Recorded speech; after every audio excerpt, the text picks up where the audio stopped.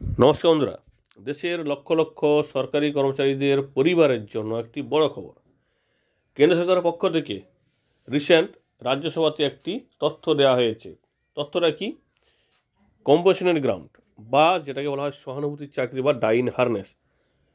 সেই যে ডাইন হারনেস কেসে কোনো সরকারি কর্মচারীর পরিবারের যোগ্য ব্যক্তিকে সরাসরি কোনো পরীক্ষা ছাড়া ডাইরেক্ট রিক্রুটমেন্ট দেওয়া হবে। সেটা কতজন বা কত শতাংশ পর্যন্ত ডাইরেক্ট রিক্রুটমেন্ট দেওয়া হবে সেই বিষয়টা কিন্তু বলা হয়েছে। প্রথমে একটু বলি যে ডাইন হারনেস বা কম্পেশন গ্রাউন্ড বা এই সহানুভূতি চাকরিটা কী।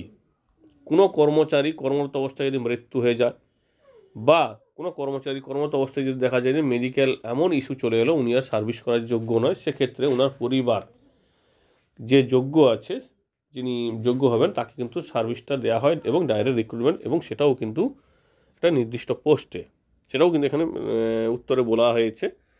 তো সেক্ষেত্রে এই যে ডাইরেক্ট রিক্রুটমেন্ট করা হবে কত শতাংশ, সেটাই কিন্তু উত্তরে বলা হয়েছে। দেখুন, এই সংক্রান্ত প্রশ্ন করেছিল লক্ষ্মীকান্ত বাজপেয়ী বলে একজন সাংসদ।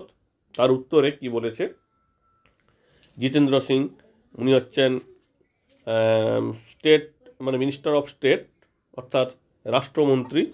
তো উনি বলেছেন যে গ্রুপ সিতে যে সমস্ত ডাইন হারনেস বা কম্পেশনের গ্রাউন্ডে চাকরি হবে সেটা কিন্তু গ্রুপ সিতে দেওয়া হবে সেন্ট্রাল সিভিল সার্ভিসের নিয়মে বা সেন্ট্রাল সিভিল সার্ভিসের আন্ডারে, এবং সেই সঙ্গে সেটা ম্যাক্সিমাম 5% প্রত্যেক বছর যে রিক্রুটমেন্ট হবে তার 5% ম্যাক্সিমাম ডাইরেক্ট রিক্রুটমেন্ট হবে, কোনো কিছু পরীক্ষা না নিয়ে।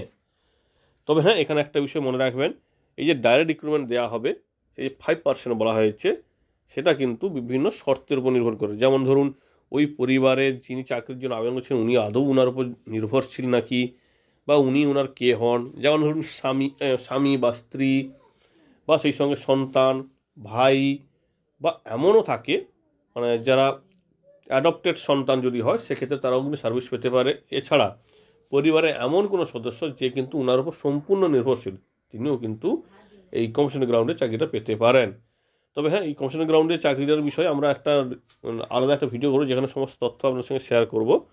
তো আপাতত এই যে খবরটি অবশ্যই কিন্তু গুরুত্বপূর্ণ যে এবার 5% পর্যন্ত ম্যাক্সিমাম কম্পেশন গ্রাউন্ড বা ডাইন হারনেস বা সহানুভূতি চাকরি দেওয়া হবে ডাইরেক্ট রিক্রুটমেন্ট হিসাবে, কোনো পরীক্ষা বা কোনো কিছু টেস্ট ছাড়াই।